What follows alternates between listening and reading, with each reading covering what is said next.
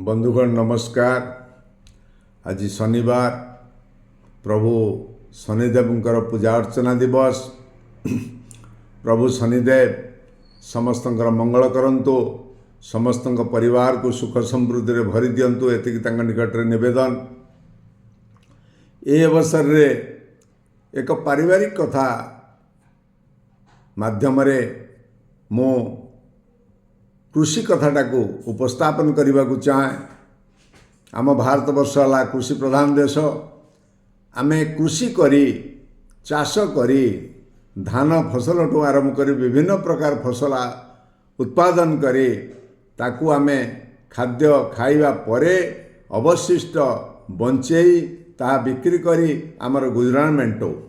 यह हूँ आमर अधिकांश व्यक्ति मानकर यही काम। बंधुगण जड़े चाषी थिले, से भल रूपे चाष करुथिले, चाषरू उत्पादन करी तांकर गुजरान मेंटेवा संगे संगे परिवार को पोषिबा संगे संगे किछि गच्छित धन मध्य रखुथिले। एही अवसर रे तांकर चारोटी पिला थांती।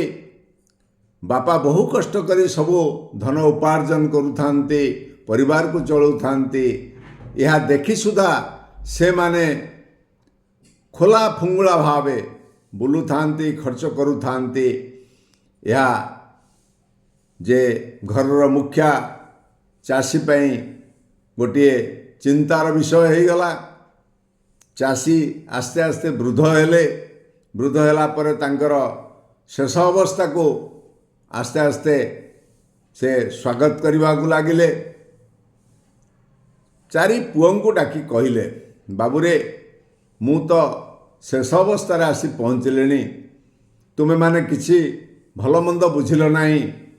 मु जो ये सिंधुकरे जहाँ टंका संचय कर रखी ताकू समान भावे चारि जन जाक बांटी नब। अंटार मोर चाबी अच्छी, मोर मृत्यु पर ए चाबी की नहीं खोली सिंधुक टंका बांटी नब। आउ गोटे कथा मु तुमको कहवाक चाहे जे मु ए जो घरर अनति दूर रे गोटे बड़ जगह अपन समस्त रखी किणिकी। यह 2 एकर ऊर्ध हम।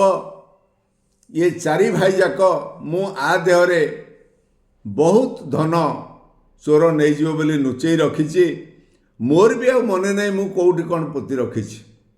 एणु मोर मृत्यु परे आकु खोलिब समस्ते, आस्ते आस्ते आदेहरु धन को बाहर करिब, खर्च करिब, चलिब। यही कथा कही बुढ़ा किछि दिन परे कृषक बुढ़ा देह त्याग कले एवं पिला माने नहीं तांको अंटारू चाबी नहीं तांकर सिंधुकटी खोली बहु सुना रूपा टंका पैसा रखितले संचय करी कृषक वृद्ध जनक ताकू समान भावे बांटी नेले।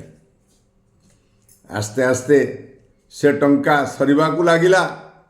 तापरे चारि भाईंकर चिंता पड़िला, आमे आगु को केमी चलिबा। बापा कहितिले ए जो जमिटी किणिचंती 2 एकर ता धेरे बहु धन संपत्ति पोती रखिचंती, ताकू आमे केमिति खोली बाहर करिबा। एणु चारि भाई जाक चारोटी कोदाଳ धरी आस्ते आस्ते खोलिबा को लागिले। खोली खोली खोली खोली बेदम हो गले। सारा जो जमी 2 एकर जमी को चारि भाई जाक खोलीदेले। बहु परिश्रम करी बहु गाड़ुआ करी खोलिले, देखिले कौनसी धन मिलला नहीं। शेषरे आसी घरे बसिले, बहु चिंतारे बसिले। चिंता करवा संगे संगे बड़ भाई कहला, देख आमे तो एते परिश्रम करी से ताकू खोलीचे, ताकू जो पड़िया को भांगीचे, एणु 4 भागे बांट करदबा एवं ता देहरे फसल करवा जो परि भावे आम पाख पड़ोशी माने फसल करुचंती। एणु ताकू लक्ष्य करी से माने ता देहरे फसल करवा आरंभ कले। 4 भाई जाक बहु फसल हैला, निजे चलिले, निज परिवार को चलैले, ताकू बिक्री करी बाजार रे मध्य बहु अर्थ लाभ कले। तांकर सही समय रे बापांक कथा मने पड़िला।